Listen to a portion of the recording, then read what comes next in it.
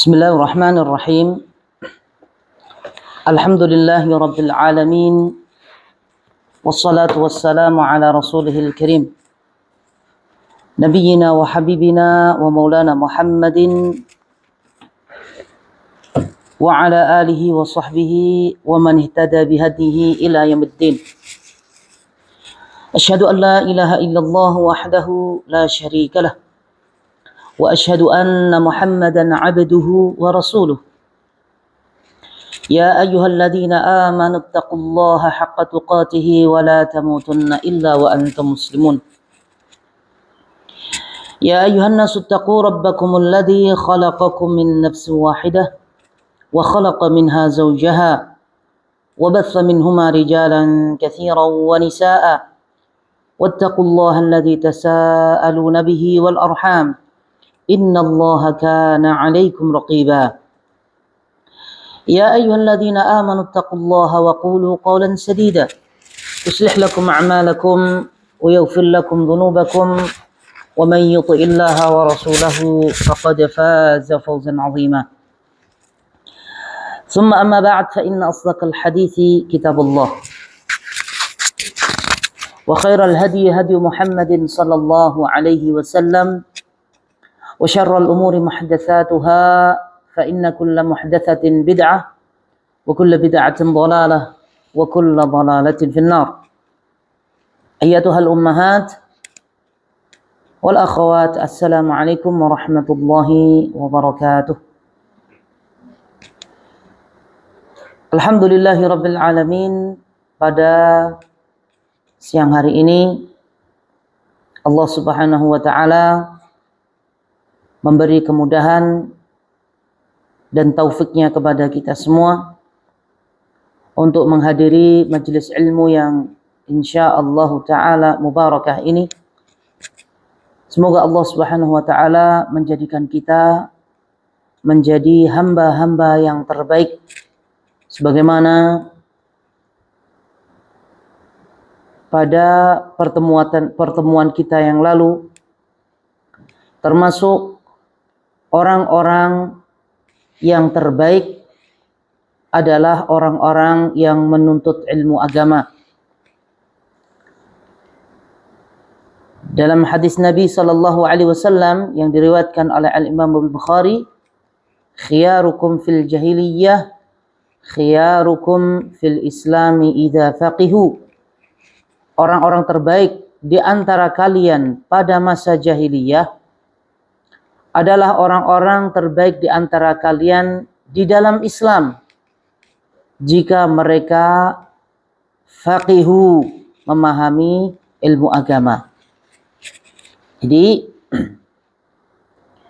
orang yang faham ilmu agama, orang yang berusaha mempelajari agama Allah Subhanahu wa taala sesuai dengan apa yang diinginkan oleh Allah Subhanahu wa taala, mereka adalah orang-orang yang terbaik.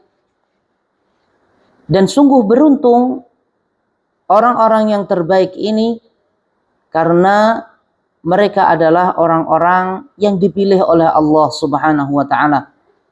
Kalau kita melihat sesuatu yang banyak, Ibu sekalian,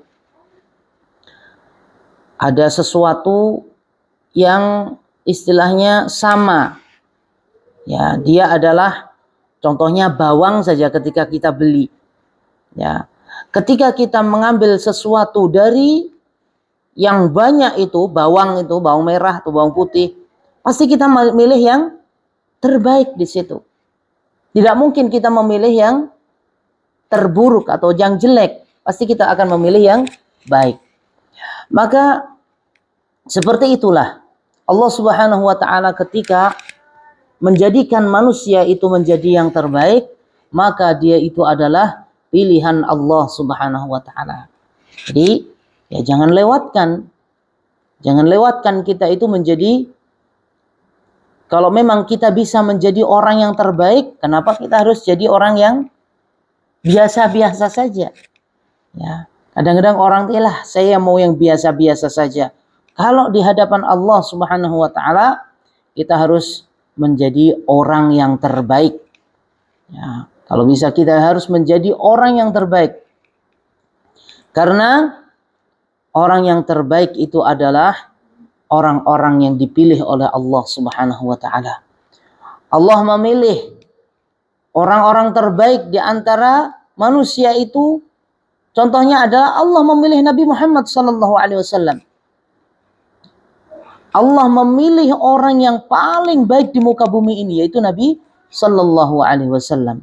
Dan yang memberitahukan kepada kita tentang orang-orang yang terbaik, manusia-manusia yang terbaik adalah Nabi kita yang mulia sallallahu alaihi wasallam. Jadi jangan jadi orang tuh, ya saya jadi orang yang biasa-biasa sajalah, nggak usah jadi orang yang terbaik. Ya, menurut siapa? Ya, kalau menurut manusia mungkin saja. Ya, kadang-kadang manusia pun kalau di hadapan manusia pengennya yang terbaik. Ya. Gak mungkin dia pengen jadi orang yang biasa-biasa. Pengennya dilihat orang lain yang paling baik, yang paling istimewa lah istilahnya. Apalagi sama suaminya, pasti pengen yang terbaik.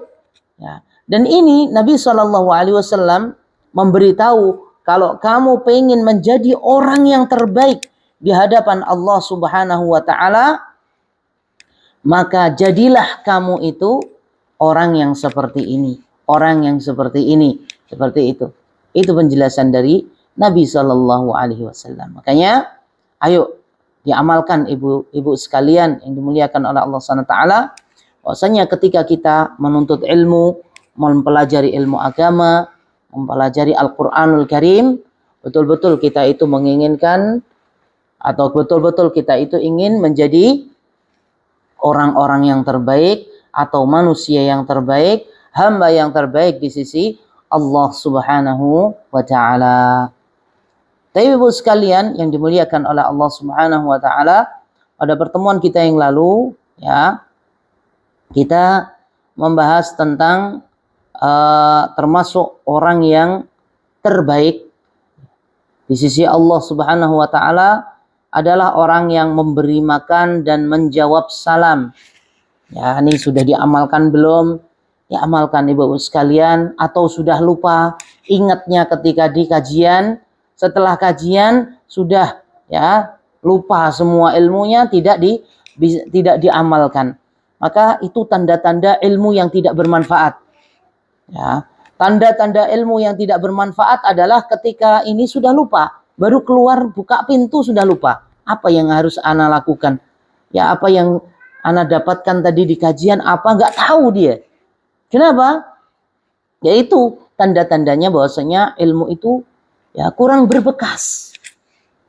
Ya, kurang berbekas dalam kehidupan sehari-hari. Ketika bertindak, ketika melakukan sesuatu jauh daripada petunjuk Nabi Shallallahu alaihi wasallam, ya tanpa ilmu. Padahal kata Imam Ahmad rahimahullahu taala, kebutuhan seseorang dengan ilmu itu lebih banyak daripada kebutuhan manusia makan dan minum, daripada kebutuhan makan dan minum manusia. Ya, kenapa? Karena setiap saat, setiap detik pun kita harus dengan ilmu. Ya, dengan ilmu syar'i, setiap detik, setiap langkah kita harus dengan ilmu.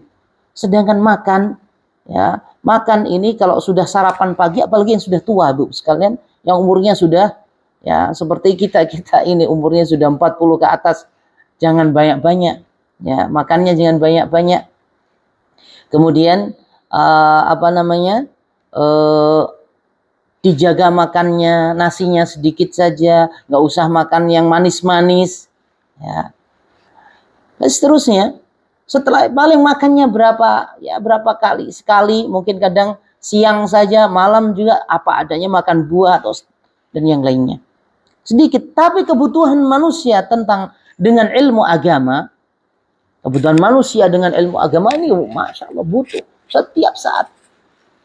Sangat banyak sekali kebutuhan kita terhadap ilmu agama. Makanya, ayo diingat-ingat salam terus, masuk majelis, masuk mana saja anaknya diajarin Assalamualaikum warahmatullahi wabarakatuh, Assalamualaikum, agar ilmunya bermanfaat. Kemudian sebaik-baik orang juga yang sudah kita bahas pada pertemuan kita yang lalu adalah orang yang bisa memberi manfaat kepada orang lain. Nah, kita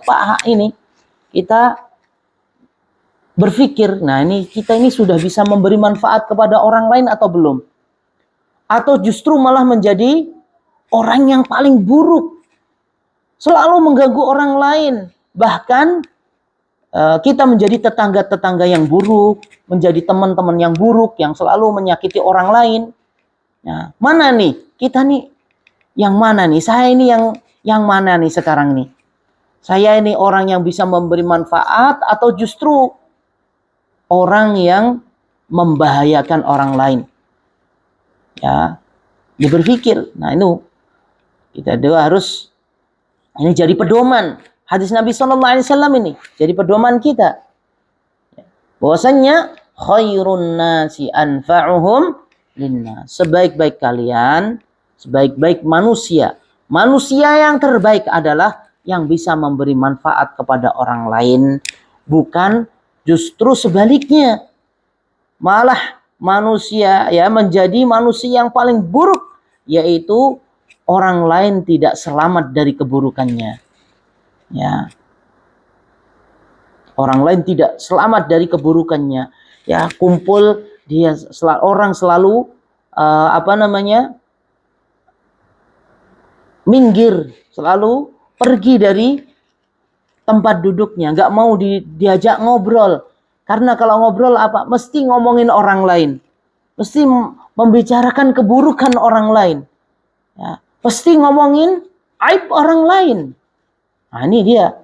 Itu nggak mau saya kalau ngomong sama dia. Atau mungkin kalau ngomong selalu menyakitkan. Kata-katanya tajam. Kata-katanya selalu merobek-robek hati. Ya, umpama. Kalimatnya itu membuat orang lain selalu tersinggung. Tidak nyaman. Kalimatnya selalu melukai, ya, dan seterusnya. Maka harus kita pikirkan. Kita harus selalu berpikir, ya, kita ini menjadi orang terbaik atau tidak. Dan menjadi orang terbaik tidak harus tidak harus di luar. Yang di ruang lingkup rumah tangga saja menjadi orang yang terbaik. Ya. Orang yang terbaik kepada keluarganya. Ibu-ibu nih jadi yang terbaik kepada keluarganya, kepada suaminya. Ya. Sehingga suaminya itu rindu akan muamalahnya ibu-ibu sekalian. Nah, itulah wanita-wanita yang terbaik. Ya. Makanya kata Nabi SAW, wanita-wanita yang terbaik itu apa? Ketika engkau memandangnya, kata Nabi SAW, engkau merasa senang.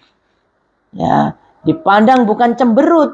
Suami istrinya pandang, lihat-lihat saja. Bukan seperti itu, lihat itu hadis Nabi SAW. Ya, justru malah senang, ya, sang istri. Ya, kebalik juga. Ya, lihat orang lain, ya, itu bahaya juga suami yang kayak gitu. Yang tidak menjaga pandangannya. Orang lain, ya, perempuan lain dilihat terus, istrinya sendiri tidak pernah dilihat. Itu kan musibah. Ya. Makanya ibu sekalian yang dimuliakan oleh Allah Subhanahu wa taala, ayo bagaimana kita itu bisa memberi manfaat kepada orang lain, ya. Khususnya kepada keluarga, ya. Jadi ketika ini di keluarga itu selalu dirindukan, kata-katanya dirindukan. Ya. Kemudian nasihatnya dirindukan, perbuatannya atau adabnya, gerak-geriknya dirindukan oleh keluarganya. Kenapa? Bisa selalu memberi manfaat. Ya, seperti itu. Taib. Yang berikutnya, agar menjadi orang yang terbaik, yaitu baik dalam membayar hutang. Nah, ini juga penyakit Kalau di Qatar sih insya Allah Ta'ala enggak ya. Mungkin wallahu a'lam. Insya Allah Ta'ala di Qatar ini sedikit. Karena alhamdulillah Rabbil Alamin sudah cukup semuanya. Ya, cukup semuanya. Orang tuh enggak perlu hutang lah insya Allah Ta'ala. Ya, kalau di negeri kita tuh kadang-kadang untuk memenuhi kehidupan sehari-harinya karena ada kebutuhan-kebutuhan yang lain, anak sekolah, kemudian untuk orang tua, untuk ya kadang-kadang pengeluaran yang tidak terduga-duga sampai akhirnya untuk kebutuhan sehari-hari itu gak ada. Ya, dia harus hutang. Nah, ini kalau di negeri kita banyak ibu sekalian. Nah, ini memang perannya orang-orang yang memiliki harta ini juga penting. Ya. Penting orang-orang yang punya harta ini agar punya jiwa membantu. Agar punya jiwa pengen mendapatkan bantuan nanti di akhirat dari Allah Subhanahu wa Ta'ala. Ya. Nabi SAW di dalam hadis yang sahih, man naffasa an mu'minin kurbatan min kurabid dunya, naffasallahu anhu kurbatan min kurabi yaumal qiyamah. Barang siapa yang meringankan kesusahan atau kesedihan seorang mukmin di dunia, bayangkan nih, kalau ada yang susah, aduh makan gak ada ini semua, ya Allah kebutuhan ini sering pernah ini kejadian ibu sekalian. Ini seorang ustadz ya. Saking punya izzahnya luar biasa. Orang ustadz ini punya izzah yang luar biasa. Maksudnya dia menjaga kehormatan keluarganya. Ya enggak pinjem. Ya, ini kesalahan kadang-kadang sebagian orang-orang yang ada di negeri kita ibu sekalian khususnya. Ustadz tuh seakan-akan harus gratis semuanya. Ya, di kampung nih Bu ya, kejadian di kampung Bu sekalian ya. Ngajarin anak-anaknya ini, ya Ustadz, ya Allah, ya betul-betul memang sungguh-sungguh ngajarin anaknya. Dia tidak paham bahwasanya dia punya anak-anaknya di pondok pesantren. Karena malu pinjam kepada ini tetangganya, kepada orang lain, gak ada yang ini sampai diketahui dia itu pinjam yang sekarang ini pinjol, ya Allah ya. Ini kejadiannya Ibu sekalian. Sampai akhirnya para asatidzah itu kumpul dan meminta maaf kepada ustadz ini. Dan ustadz ini diketahui bahwasanya dia itu sangat iffah, sangat hormat. Dia dalih apa? Ana sudah dalam keadaan darurat katanya. Ya. Ad-daruratu tubihul mahdzurat katanya. Dia punya dalil. Ana sudah enggak ada lagi ini, dan kalau enggak kayak seperti ini anak-anakku akan mati. Gitu ya. Dan ada kebutuhan orang-orang lain. Akhirnya subhanallah didatangi oleh para asatidzah. Dan ini kejadian nyata bukan? Dan itu salah satu saja. Mungkin di sana ada orang-orang yang selalu menjaga kehormatannya, tidak pengen pinjam, tidak pengen diketahui bahwasanya dirinya itu dalam keadaan kekurangan, sampai akhirnya na'udzubillah tsumma na'udzubillah melakukan hal-hal yang diharamkan oleh Allah Subhanahu wa taala dengan dalil apa? Kami dalam keadaan darurat. Ya. Itu dia, darurat, gak bisa, kecuali kalau gak seperti ini kami akan mati, maka ini dalam keadaan darurat. Itu. Makanya ibu sekalian yang dimuliakan oleh Allah Subhanahu wa taala, kita harus kita itu harus selalu bersyukur. Dan kalau kita diberi kemudahan, maka kita harus juga memberi kemudahan kepada orang lain. Nabi SAW juga bersabda, "Wa man yassara 'ala mu'sirin, yassarallahu 'alaihi fid dunya wal akhirah." Barang siapa yang memudahkan orang-orang yang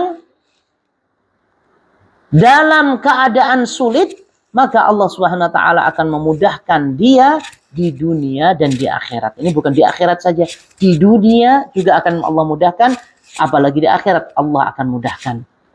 Ya. Jadi ini penting Bu sekalian, tidak semua kecuali ya ada modus. Ada orang dikit-dikit hutang, dikit-dikit hutang di sana, hutang di sana, hutang. Kemudian cuek saja dia, pura-pura lupa. Padahal yang dihutangin tuh tidak akan lupa. Ya, yang hutang tuh biasanya cepat lupa. Ada orang seperti itu. Maka kalau dia seperti itu ya itu lain itu. Itu penyakit. Biasanya ada orang yang punya penyakit seperti itu. Tapi memang di sana ada orang yang betul-betul sangat membutuhkan. Kalau kita tahu mereka sangat membutuhkan, maka ketika kita memudahkan, memberi bantuan, kita memudahkan, memberi pinjaman, maka Allah Subhanahu wa taala akan memudahkan kepada kita nanti di dunia dan di akhirat. Kemudian, "Wa man satara musliman satarahu Allahu fid dunya wal akhirah, wallahu fi aunil 'abdi ma kana al-'abdu fi auni akhihi." Karena siapa yang menutupi aib saudaranya muslim di dunia, maka Allah Subhanahu wa taala akan menutupi aibnya di dunia dan di akhirat. Ini penting. Juga ini seseorang itu kalau menutupi aib saudaranya, maka Allah akan ganti tutupi aibnya itu di dunia dan di akhirat. Ada seorang tuh melakukan ya padahal melakukan dosa besar, aib pokoknya aib lah luar biasa. Maksiat ditutupi oleh Allah SWT. Ada orang itu, ya Allah ya, melakukan dosa, maksiat, Allah singkap kemaksiatannya sampai orang seluruh Indonesia atau di mana saja dia tahu orang ini kayak gini. Ya Allah, itu aibnya dinampakkan oleh Allah Subhanahu wa taala. Maka kita senantiasa berdoa kepada Allah Subhanahu wa taala agar aib kita itu dijaga oleh Allah Subhanahu wa taala. Kembali kepada hutang ini, Bu sekalian, ya. Orang yang paling baik adalah orang yang mengembalikan hutangnya itu dengan baik. Ya. Mengembalikan hutangnya dengan baik itu tepat waktu. Janjinya seumpama 10 hari, sebelum 10 hari sudah dikembalikan. Ya, sebelum 10 hari sudah dikembalikan, maka itu yang baik. Kemudian yang baik lagi adalah dengan tutur kata yang baik. Kadang-kadang tuh Bu, ya kita mengalami lah. Kadang-kadang yang jahat itu orang ini, orang yang hutang, itu kadang-kadang kalimatnya itu kasar kepada orang yang menghutangi. Kadang-kadang, ya. Kalau tahu orang, dia kalimatnya kasar. Diingatkan, janjinya kemarin tanggal 20 loh, ya. Tanggal 20, sekarang waktunya bayar. Seumpama diingatkan seperti itu. Sekarang sudah tanggal 19, besok ya. Ya Allah, baru gitu aja sudah diingatkan. Kadang-kadang seperti itu, ya. Kadang-kadang kalimatnya juga kurang bagus. Maka ingatlah ketika kita itu bermuamalah dengan orang itu pasti ada sesuatu yang tidak mengenakan. Maka tugas kita, Ibu sekalian, ya, kalau kita ini betul-betul bermuamalah dengan manusia itu karena Allah Subhanahu wa taala, maka kalimat-kalimat seperti itu tidak akan menggoyahkan kita, tidak akan membuat sedih kita. Ya, kita selalu berbaik sangka kepada saudara-saudara kita. Baik. Ibu sekalian,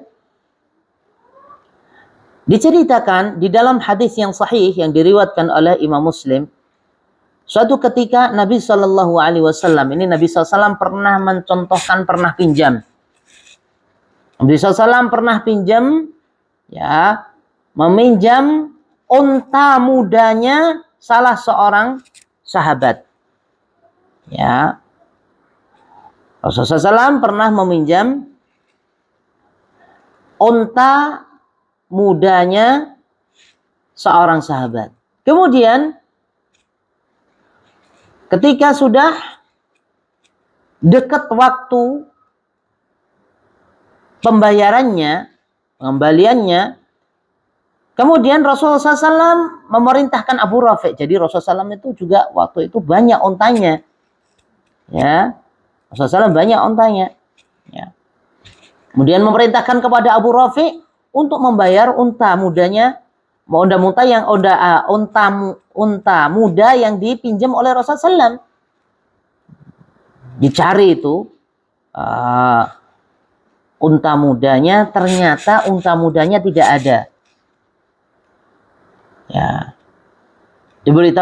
memberitahukan kepada Nabi SAW, ya Rasulullah, kita tidak dapat ini, unta mudanya nggak ada ya Rasulullah. Yang ada itu unta dewasa. Ya.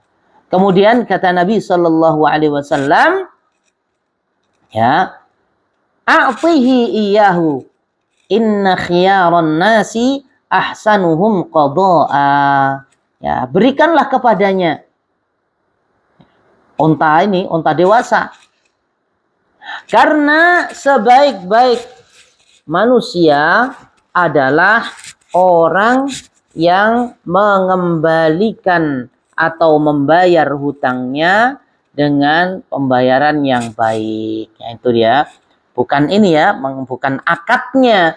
Akadnya yang haram itu akad, Ibu-ibu sekalian. Ya, yang membuat riba itu akad. Contohnya, nih saya pinjemin kamu nih 1.000 selama 2 bulan. 1 bulannya nambah 100 sama Mama. Jadi nanti 2 bulan berarti kamu bayar 1.200. Nah, tidak akadnya. Karena sebenarnya ayat yang paling panjang di dalam Al-Qur'an itu ayat apa? Apa, Bu?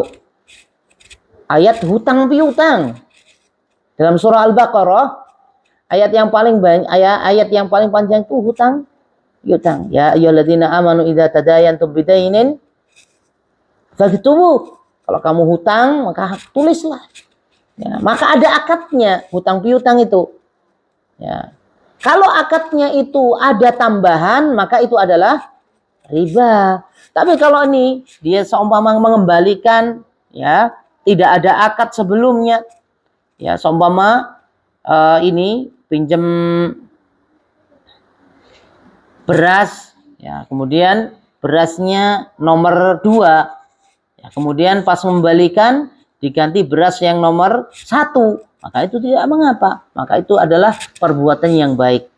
Ya. Kemudian kalau kita hutang, ya, kemudian ditambahin, ya, nih untuk ini ya, untuk beli permen itu anak-anak kamu.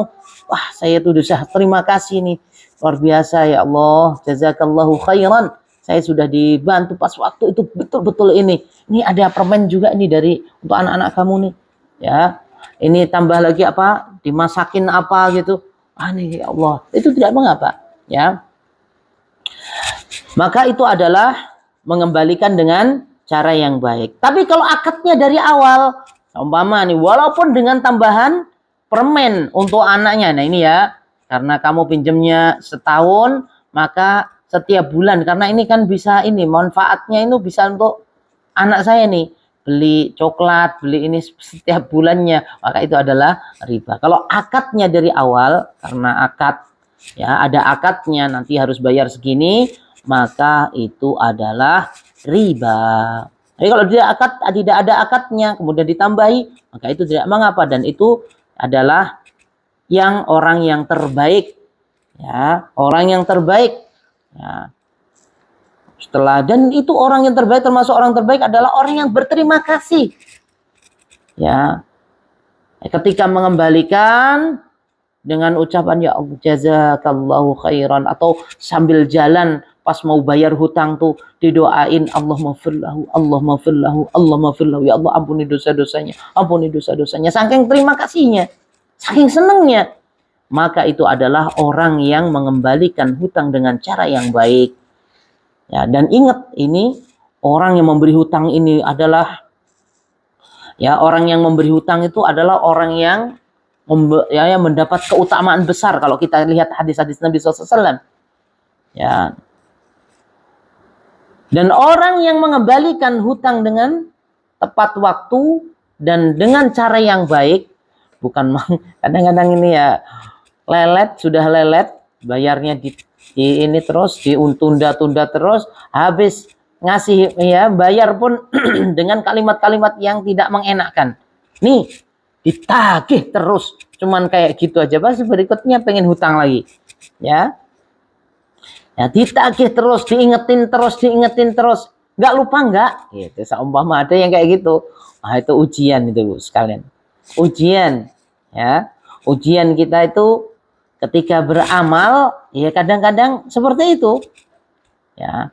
Semakin kita ikhlas, semakin kita ridho, maka semakin besar pahalanya di sisi Allah Subhanahu wa Ta'ala. Ini, dan kadang-kadang hutang tuh juga bisa memberi itu bisa jadi dakwah. Ada kisah, ya, ada kisah ada seorang ulama, ya, yang selalu meminjami Ahmad Isa, jadi saling, ya, pinjam, kemudian kadang-kadang gantian minjemnya tuh, ya. Tapi Ahmad Isa ini seorang syekh dari ulama Najd ini selalu memberi hutang kepada Syekh Abdul Qadir. Dia orang Syekh Abdul Qadir At-Tilmusani, itu seorang syekh yang manhajnya itu adalah manhaj sufi, ya. Adapun, ya, Syekh Ahmad Isa ini seorang syekh yang mendakwahkan dakwah tauhid. Ya, dia Ustadz sunnah lah istilahnya kata. Syekh Isa ini adalah syekh sunnah, ya. Syekh yang manhajnya ahlu sunnah wal jamaah. Adapun, ya, Syekh Abdul Qadir At-Tilmusani ini adalah seorang syekh yang bermanhajkan sufi, ya. Kemudian, dan mereka bertetanggaan, dan, ya, ada muamalah pinjam meminjam bertahun-tahun.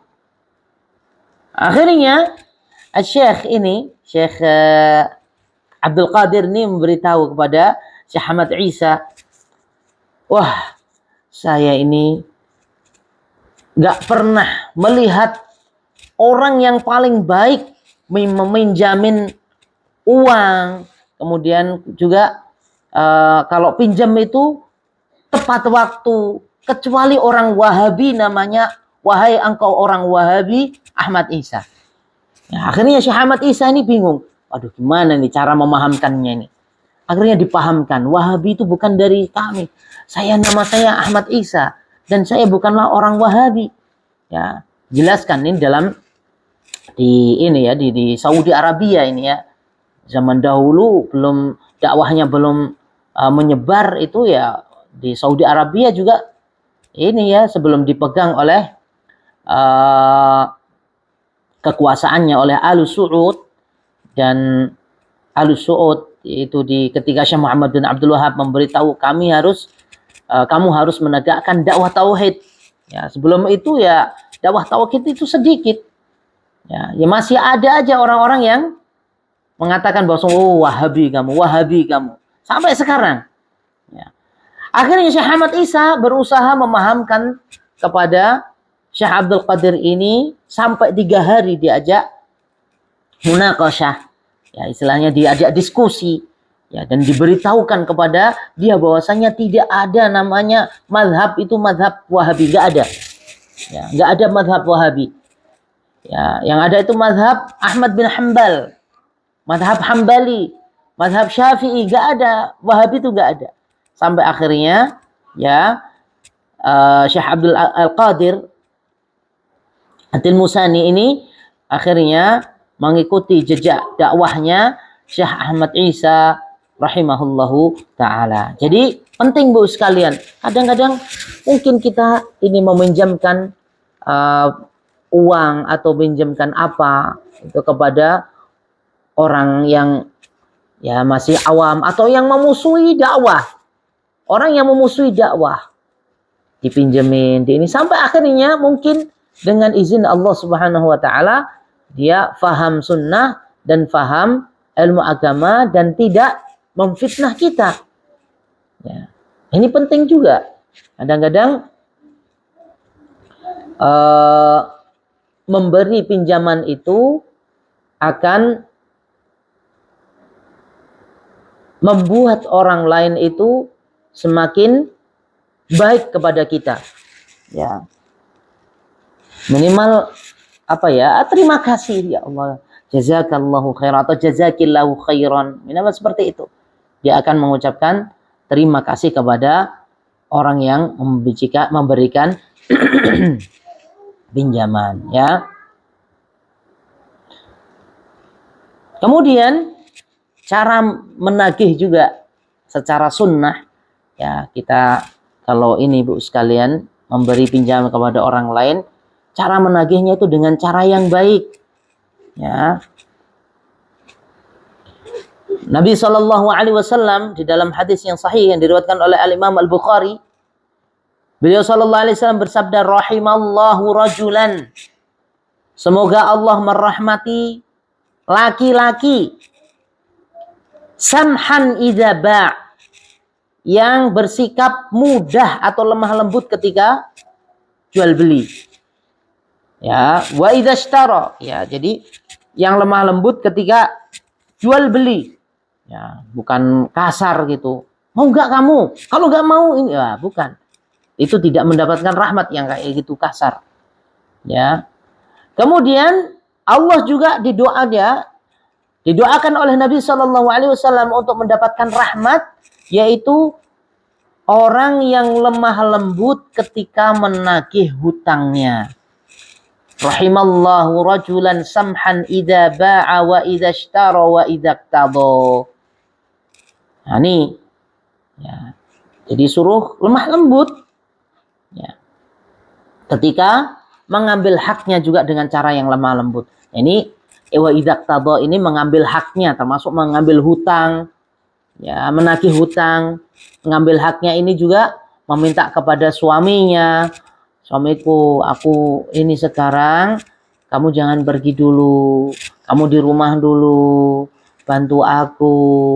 Kemudian kamu belum memberi nafkah bulan ini, nafkah apapun, ya, dengan cara yang baik, dengan cara yang lembut, maka orang-orang seperti itu akan didoakan mendapatkan rahmat oleh Nabi Shallallahu Alaihi Wasallam, dan doanya Nabi Shallallahu Alaihi Wasallam dikabulkan oleh Allah Subhanahu Wa Taala. Nabi Shallallahu Alaihi Wasallam dalam hadis yang sahih juga bersabda, "Man talaba haqqan falyatlubhu min fi afafin wafin au ghairu wafin." Barang siapa yang meminta haknya, hendaklah dia meminta dengan cara yang baik-baik pada orang yang mau menunaikan, ya, ataupun enggan menunaikannya, atau orang yang alot banget bayar hutang seumpama, apa aja yang nggak mau segera mengembalikan, maka dia harus cara memintanya itu harus dengan cara yang baik. Ini kalau jumlahnya banyak, gimana harus cara dengan baik tuh? Gimana Ustadz? Ini 2M atau 3M, ya, dilarikan, sudah ditagih berkali-kali dengan cara yang baik, ya. Terus gimana ini? Dibiarkan saja. Nah, ini lain. Cara menagih dengan termasuk dengan cara yang baik, yaitu dengan diserahkan kepada yang berwajib, ya, diserahkan kepada pemerintah, ya. Itu dengan cara yang baik itu. Ya, tidak main hakim sendiri, ya sudah berapa orang ini bawa batu, bawa kayu. Nah, itu dengan tidak cara dengan baik. Termasuk dengan cara yang baik adalah dengan melaporkan ke polisi, dilaporkan ke polisi. Itu cara yang baik. Ya. Itu adalah dengan cara yang baik. Lebih baik lagi kalau diikhlaskan. Tapi kalau 2M ya nggak mungkin kan, Bu? Ya. Masa 2M saya ikhlas saja 2M, nggak mungkin, ya. Kalau memang itu haknya, mungkin itu berapa, ya 3M gitu ya bisa. Kalau dia tidak mau bayar, dia malah lari, maka bisa kita serahkan kepada yang berwajib, kita sampaikan kepada polisi, ya. Jadi ada kisah, ya. Ada kisah ceritakan oleh Nabi Shallallahu Alaihi Wasallam bahwasanya Kana tajirun, hadis ini sahih diriwayatkan oleh Imam Bukhari. Yudayinun nas, ada pedagang tuh yang selalu memberi pinjaman kepada manusia. Ya, ada pedagang yang selalu memberi pinjaman kepada manusia. Fa idza ra'a mu'siran qala li fityanihi tajawazu anhu. Ya. Ketika melihat ada yang kesulitan, dia berkata kepada budaknya, maafkanlah dia, artinya bebaskan hutangnya. Ya, jadi dia punya pembantu gitu ya. Tidak ngomong langsung. Ya, sudah nggak usah ini nggak usah dibayar nggak. Tapi ngomong ke pembantunya kan lebih hormat. Jadi merasa ya Allah luar biasa. Nggak langsung, udah nggak usah dibayar. Kalau kita ngomong, udah nggak usah dibayar lah. Masa kayak gitu aja nggak dibayar-bayar. Nah kemudian kalau ngomong kita itu kan tersinggung Bu sekalian. Kayaknya waduh berarti marah itu gitu ya. Tapi tidak nih. Yang ngomong adalah pembantunya. Ngomong kepada pembantu, kalau dia susah ya kasih tahu dia nggak usah dibayar. Sudah itu diikhlaskan. Ya. Kemudian apa ini dia? Motifnya seperti itu apa? Kenapa dia seperti itu? Ya, ketika berdagang seperti itu suka memberi bantuan seperti itu, ya ini agak ini ya Bu sekalian, agak sedih juga. Katanya la'allallah an yatajawaza anna fatajawazallahu anhu. Ya, mungkin dengan melakukan ini kata dia, ya, Allah akan membebaskan dosa-dosaku, ya Allah, ya. Sampai akhirnya dibebaskanlah dosa-dosanya oleh Allah Subhanahu wa taala, diampuni dosa-dosanya oleh Allah Subhanahu wa taala. Ini penting juga, ini sudah kelas tinggi nih Bu sekalian ya.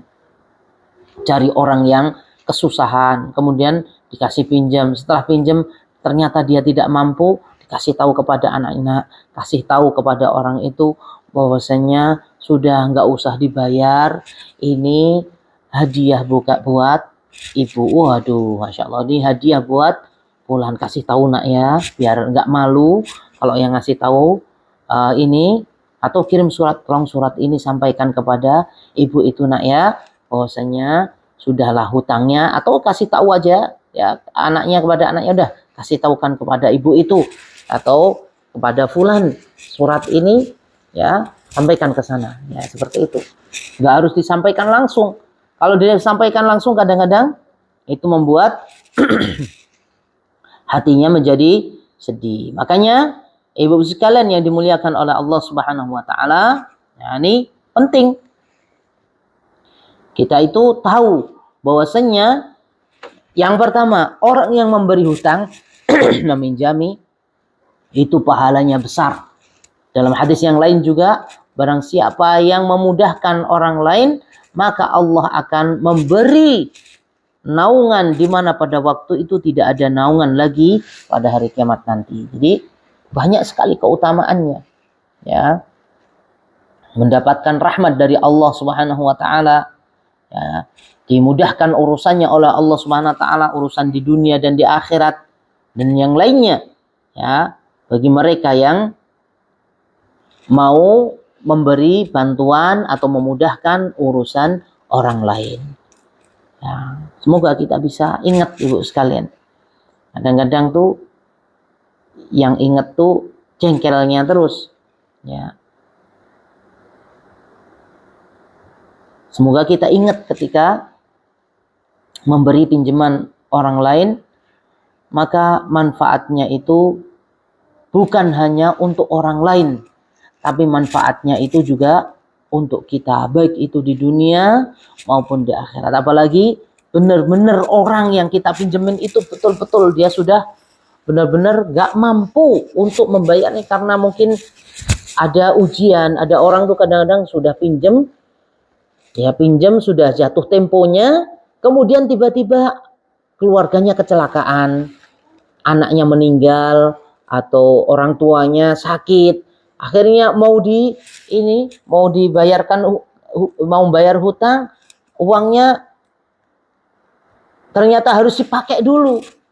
Nah, maka ketika dia memberi jangka waktu, kemudian menangguhkan atau bahkan ya sudahlah nggak usah dibayar saja, benar ya, atau menyampaikan seperti tadi ya, sunnahnya itu kalau kayak gitu pembantunya atau siapa orang lain dikasih tahu, tolong ya sampaikan nggak usah dibayar, seperti itu biar tidak malu ya.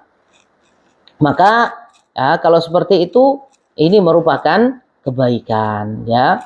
Subhanallah ya, seperti halnya di dalam hadis tadi bahwasanya ya saya ingin membebaskan hutang manusia itu, semoga saja Allah Subhanahu wa taala membebaskan dosa-dosaku. Semoga Allah Subhanahu wa taala membebaskan dosa-dosaku. Baik. Yang terakhir Ibu sekalian, yang pembahasan kita yang terakhir, orang yang paling baik.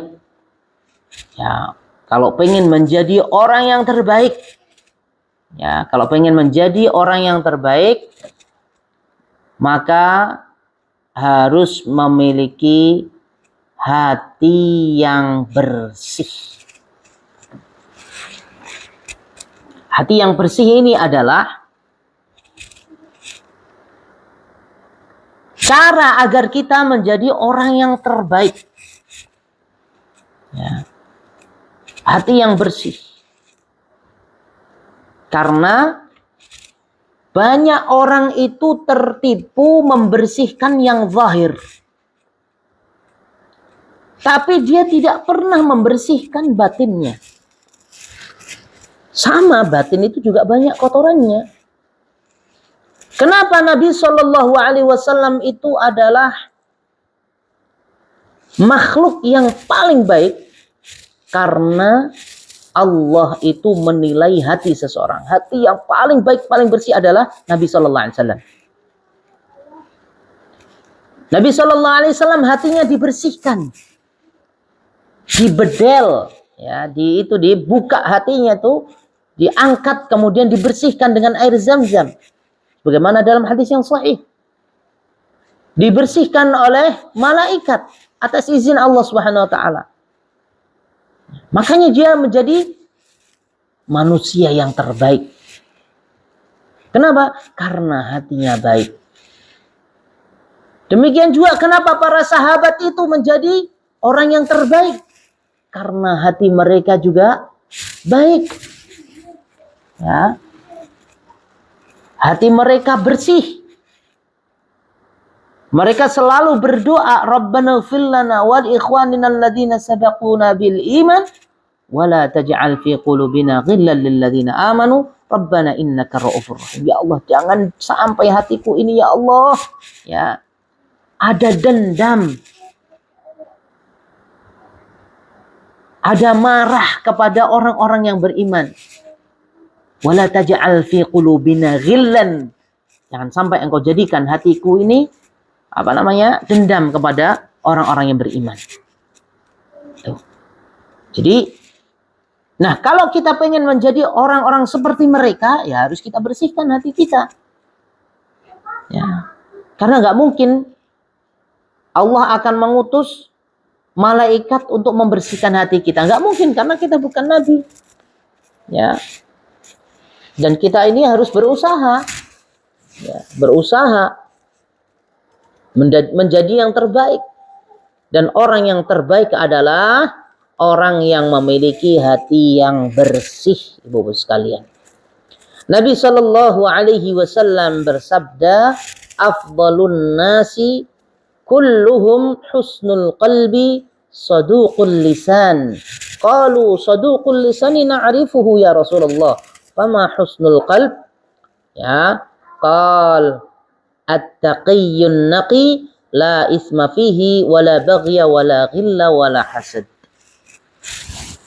Kata Nabi SAW, sebaik-baik manusia, ini sebaik orang yang paling baik, orang yang terbaik, sebaik-baik manusia secara keseluruhan, ini manusia yang paling baik seutuhnya, semuanya ini yang paling baik adalah husnul qalbi, orang yang bersih hatinya.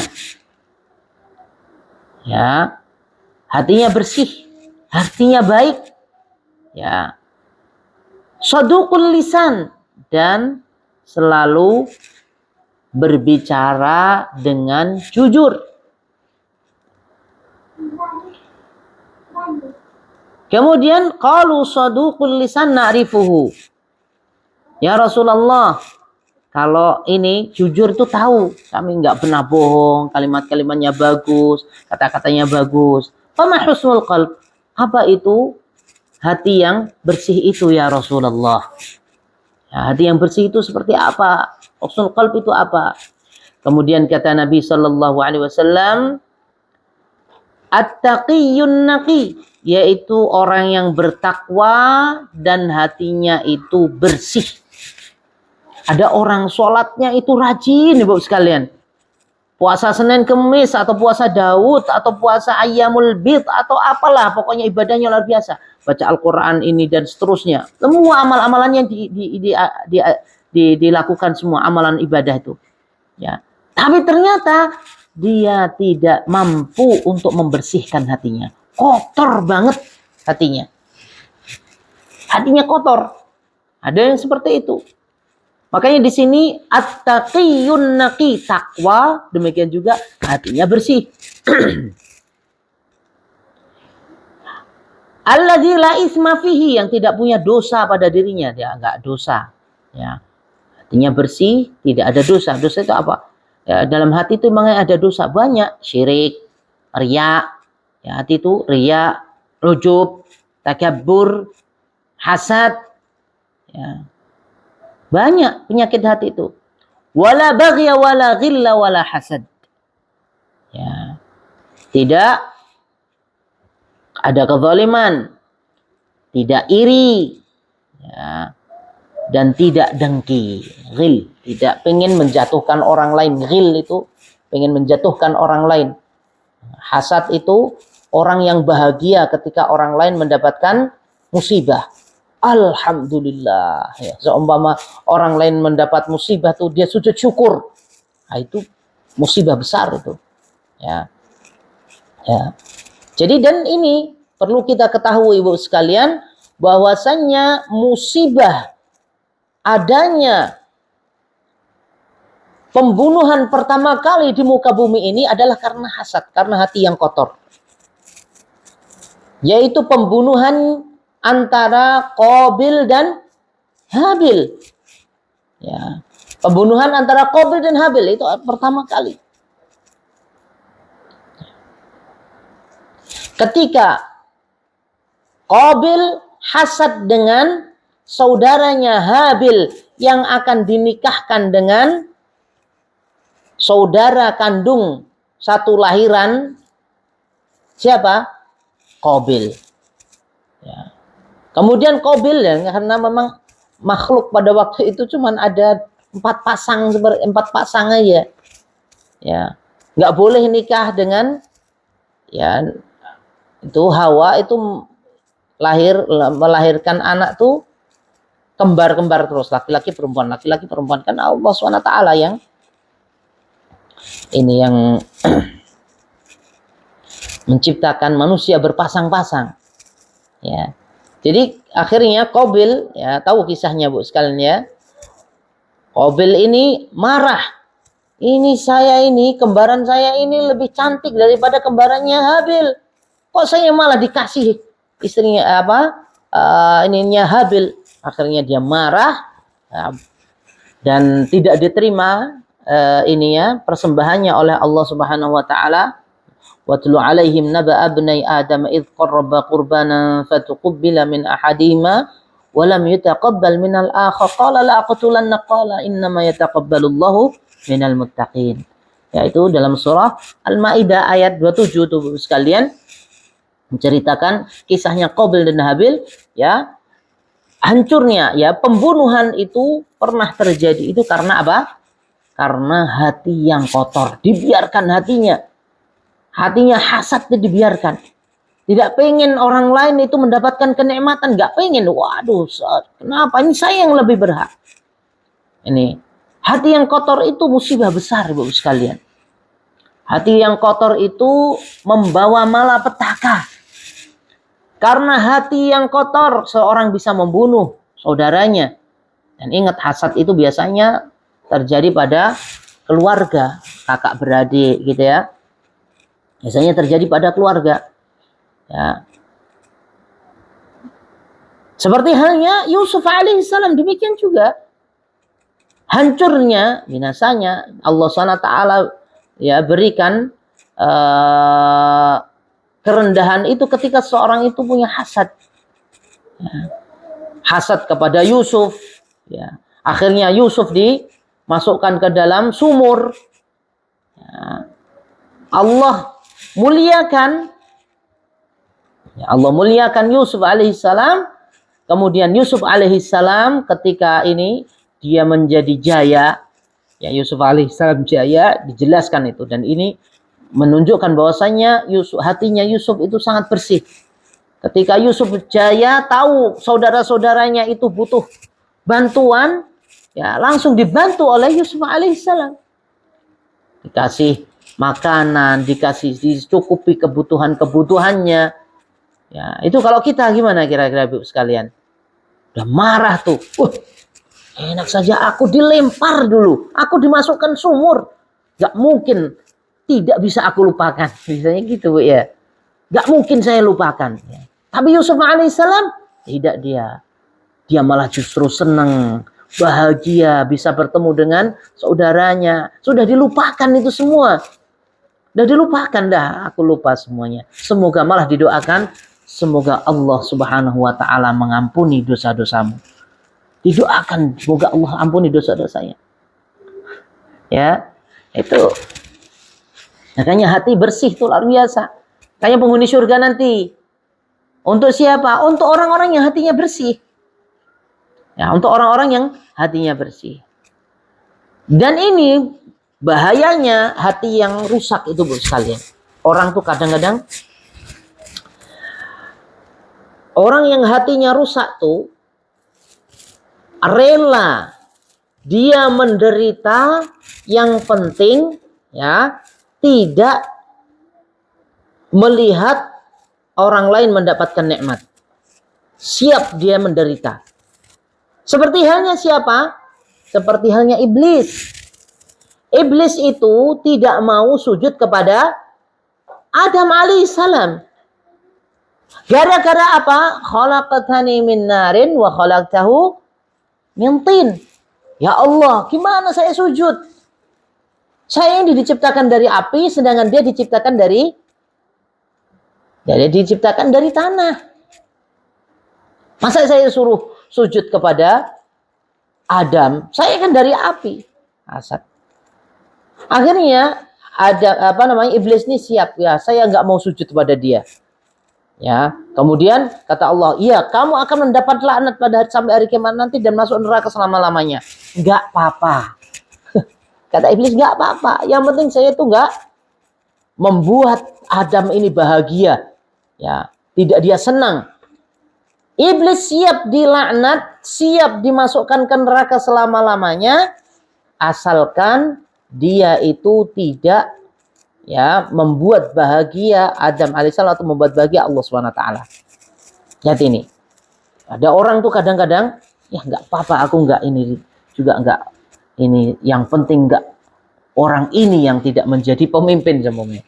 Ya, ini kalau jadi pemimpin dah nggak mau saya, lebih baik saya di sini saja menjadi siap saya di sini sengsara di sini daripada dia yang jadi pemimpin karena hasadnya. Ya dah, saya lebih baik di sini di dalam hutan saja daripada lihat dia seperti ini dan seterusnya. Itu adalah musibah Ibu sekalian. Penyakit hati ini luar biasa, musibah besar. Kalau dibiarkan, maka penyakit hati ini akan semakin buruk. Ya, tapi kalau orang yang punya ilmu, ya, dia tahu ini adalah penyakit hati, dia akan berusaha mengobatinya. Jadi manusia itu ada kelompok-kelompok, ada beberapa kelompok buat sekalian. Ada orang yang tahu penyakit hati, oh ya Allah, astagfirullah, ini buruk, ini nggak boleh. Masa saya benci kepada fulan, masa saya nggak suka kepada fulan, gitu ya. Ya Allah, astagfirullahaladzim, ya Allah, astagfirullahaladzim. Saya mohon ampun kepada Allah SWT. Nah, itu ada orang yang seperti itu. Ada orang yang punya penyakit hati, dibiarkan. Udah, sampai benar-benar hatinya ini busuk. Ya. Kalau seandainya dinampakkan oleh Allah SWT, nggak ada orang mendekat sedikit pun. Saking busuknya. Ya, saking busuknya, nggak ada orang yang mampu mendekati dia, saking buruknya hati seseorang itu. Ya. Ada orang tuh yang mau mengobati, ada orang yang tidak mengobati. Lalu kalau sudah tidak diobati ya jadi kronis, tidak mempan sampai akhirnya obat ini. Kalau kronis tuh kira-kira gimana Ibu sekalian? Udah nggak mempan diobati, ya, sampai akhirnya komplikasi. Ya, ada orang tuh kalau sudah hatinya tuh keras, mau dinasehatin, yang nasehatin tuh siapa? Orang yang paling terkenal ya, A'agim atau siapalah. Yang paling terkenal sekarang ini yang dinasehatin Ustadz Syafiq, Ustadz Khalid. Yang paling terkenal siapa lagi? Ya, nggak mempan. Kenapa? Karena memang sudah kotor hatinya. Jadi orang yang kotor hatinya itu yang baik tidak akan mempan, tapi yang buruk mempan. Ya, yang buruk mempan, dikasih yang buruk dia menerima, tapi yang baik tidak menerima. Makanya ibu-ibu sekalian yang dimuliakan oleh Allah SWT, mari kita menjadi hamba yang terbaik, menjadi orang yang baik, paling baik di sisi Allah Subhanahu wa taala. Orang yang paling baik di sisi Allah Subhanahu wa taala adalah orang yang memiliki hati yang bersih. Jadi jangan dikit-dikit dendam, hilangkan dendam kepada sesama muslim, sama ummahat, jangan sampai ada dendam.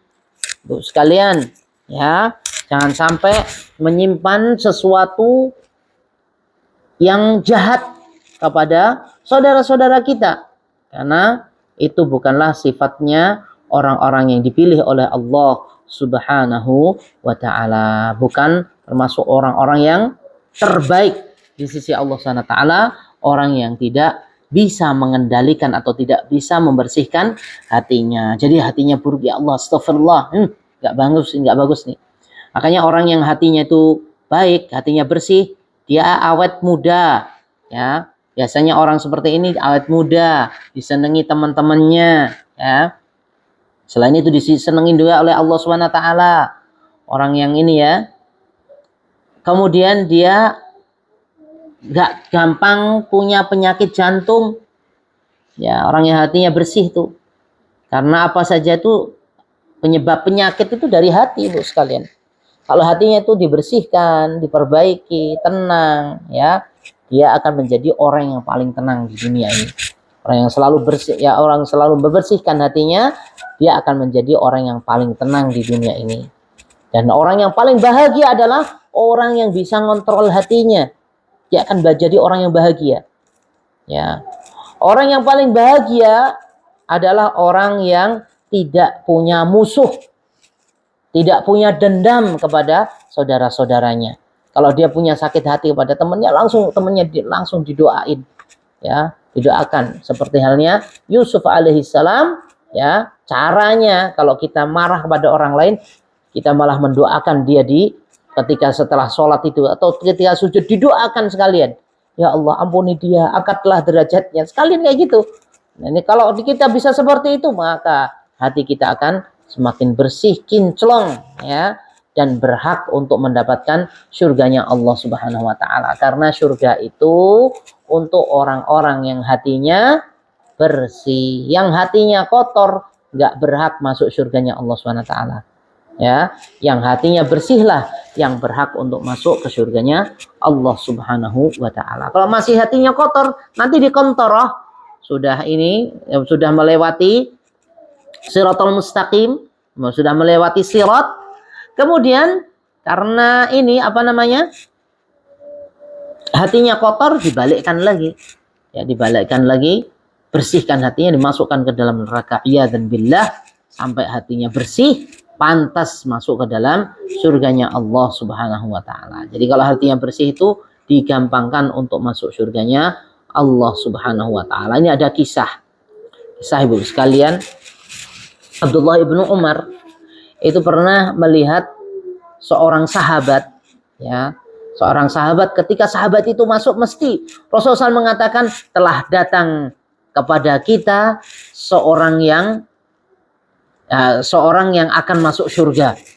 Dan orang ini nggak tahu kalau dia itu selalu diomongin bahwasanya dia akan masuk surga. Kemudian Abdullah bin Umar, ini apa sih? Amalannya apa dia itu? Akhirnya didatengin dan diajak safar oleh Abdullah bin Umar. Ya, sahabat tadi diajak safar. Ya. Kemudian diajak safar, nginep di sana selama 3 hari. Qiyamul lail juga, malam hari enggak qiyamul lail, baca Al-Qur'an juga enggak banyak, amalannya biasa-biasa saja. Kemudian Abdullah bin Umar mendatangi sahabat tersebut dan ngasih tahu, wahai fulan, sesungguhnya Rasulullah SAW ketika engkau itu mau datang di majelis ilmu, mesti dia mengatakan telah akan datang kepada kalian orang yang akan masuk ke dalam surga. Ya. Apa amalan yang kau amalkan sehingga aku bisa meniru kamu? Kemudian jawab orang ini, ya, jawab sahabat ini, wahai Abdullah bin Umar, sesungguhnya aku tidak pernah, ya, terbesit di dalam hatiku itu hasad atau iri kepada orang lain atau dendam kepada orang lain. Itu selalu aku bersihkan. Ya. Itu saja amalan yang aku lakukan. Aku tidak pernah, qiyamul lailku tidak banyak, puasaku tidak banyak, tidak, ya. Aku hanya mengamalkan yang wajib-wajib saja, tapi aku jaga hatiku agar tidak punya dendam dan sakit hati kepada orang-orang yang beriman. Ya, ini penting Bu sekalian ya. Semoga Allah SWT membersihkan hati kita, Ibu sekalian. Semoga Allah SWT selalu memberi taufik kepada kita untuk berbuat baik, karena sesungguhnya, ya, orang yang diberi taufik oleh Allah SWT untuk berbuat baik, dialah yang beruntung dan dia pantas untuk menjadi orang yang terbaik di sisi Allah Subhanahu wa taala. Demikian Ibu sekalian yang dimuliakan oleh Allah Subhanahu wa taala, kajian kita pada siang hari ini. Ya, kembali lagi saya ingatkan bahwasanya ayo kita berubah. Kita berubah, berdoa kepada Allah SWT agar kita doa meminta kepada Allah SWT menjadi orang-orang yang terbaik, bukan orang yang biasa, tapi jadi orang yang luar biasa di sisi Allah Subhanahu wa taala. Ya, wallahu a'lam bishawab. Baik Ibu sekalian, sebelum kita tutup kajian kita ini, seperti biasa mungkin ada yang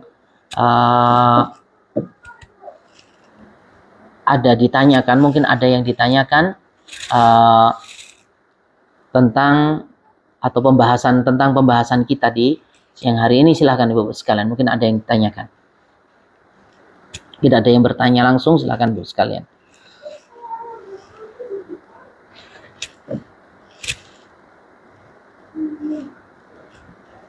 Silahkan Ibu sekalian.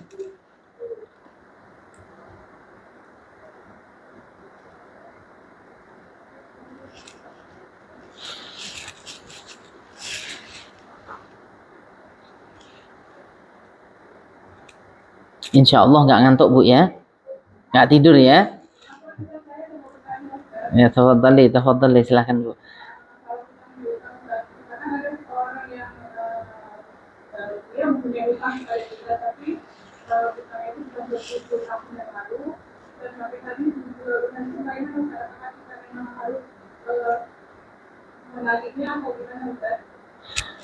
Ya, tayyib. Ini sama saja Bu, sekalian kita juga pernah ngalamin seperti itu. Ada orang yang berhutang kepada kita sudah lama sekali, bertahun-tahun gitu ya. Ini yang pertama, kalau memang kita membutuhkan dan kita memang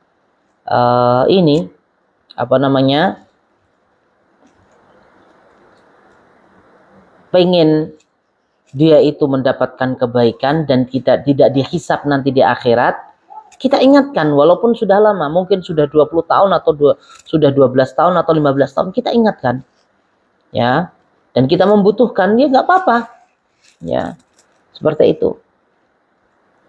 Kemudian karena itu hak kita diingatkan.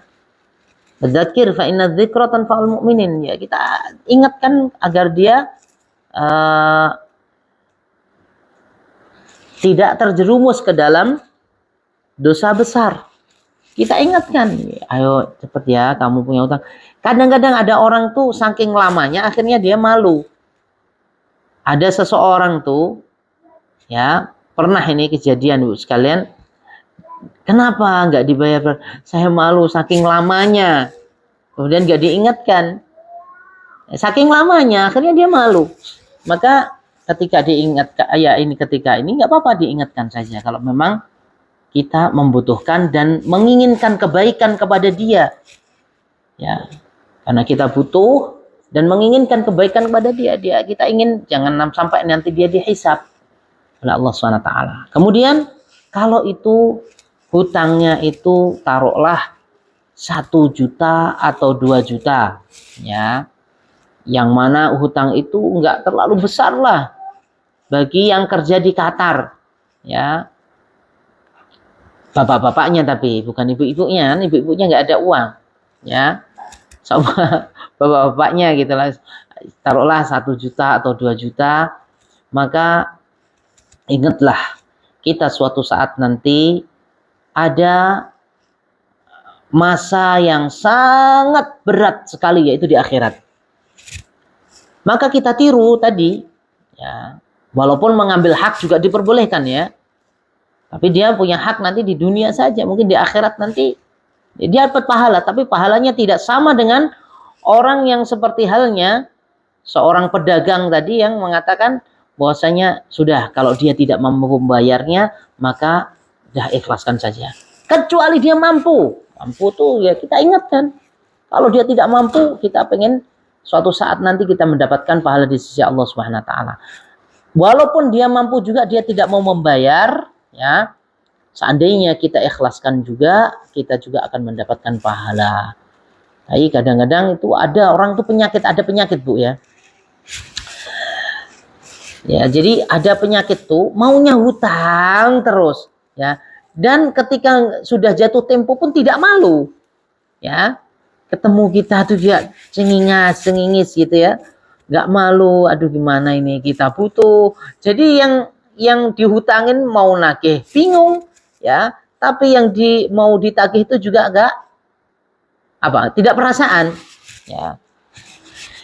Yaitu kita karena mengenaki hak kita, ya sudah kita sampaikan saja walaupun itu tidak mengenakan. Tapi kita ambil faedah tadi dari hadis tadi bahwasanya kalau kita menagihnya itu dengan cara walaupun dia orang yang bulat, kita cara menagihnya sesuai dengan sunnah itu yaitu dengan cara yang baik, tidak perlu kontok-kontokan. Kalau dia memang sudah ini nggak mau, tidak punya etikat baik untuk mengembalikan, satu sama. Kalau dia memang kita tidak membutuhkan, maka sudah diikhlaskan saja, sudah nggak usah diambil. Yang kedua, kalau dia membutuhkan, maka diingatkan terus, walaupun mungkin 15 tahun diingatkan lagi. Ya, kalau dia membutuhkan dan dia kalau semakin panjang ini terus diingatkan terus dan dia bersabar, ya, mengingatkan terus sampai 15 tahun, dan dia akan mendapatkan pahala kesabaran selama 15 tahun. Ya. Baru setelah 15 tahun mungkin dibayar. Maka tuh Masya Allah, ya, luar biasa tuh. Pahala kesabarannya dari 15 tahun tuh luar biasa. Ya, karena Nabi sallallahu alaihi wasallam berfirman, "Innama yuwaffas sabiruna ajrahum bighairi hisab." Sungguhnya Allah Subhanahu wa taala akan memberi pahala orang-orang yang bersabar itu dengan pahala yang tidak, ya, dibatasi, ya. Pahalanya tidak dibatasi oleh Allah Subhanahu wa taala. Paham Bu ya? Insyaallah taala. Jadi itu insyaallah taala bisa difilter lah ya. Kira-kira tadi yang saya sampaikan. Jadi kalau dia memang orangnya ini punya uang dan mungkin kita dalam keadaan butuh, atau mungkin kerabatnya juga mungkin kalau pengen sedekah disedekahkan ke kerabatnya karena kerabatnya banyak orang miskin, ya ingatkan, ya. Ingatkan, karena mengingatkan itu akan menolong dia, dari berbuat zalim dan dari hisab di akhirat nanti. Allahu a'lam bissawab. Ibu sekalian, ini kok ternyata sudah jam 10.30. Tidak kerasa Ibu sekalian. Mohon maaf yang sebesar-besarnya ya. Semoga bermanfaat. Insyaallah taala kita lanjutkan pada pertemuan berikutnya. Subhanakallahumma wa bihamdika asyhadu an la ilaha illa anta astaghfiruka wa atubu ilaik. Wassalamualaikum warahmatullahi wabarakatuh.